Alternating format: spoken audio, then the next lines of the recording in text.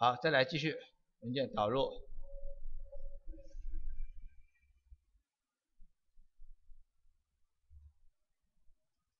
第3个是什么？图层53，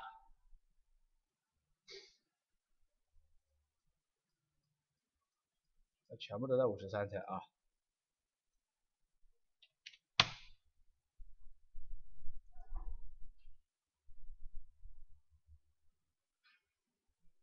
好，53层作为工作层，把反面打开，这叫编辑移动对象，让它竖起来啊。Z 轴朝上，你看现在是 Z 轴，积累朝的是 Y 轴，那肯定要沿着 X 轴转一下啊，沿 X 轴转90度，好，确定。那我们看一下啊，同样的，退出当前层，到53层，完了。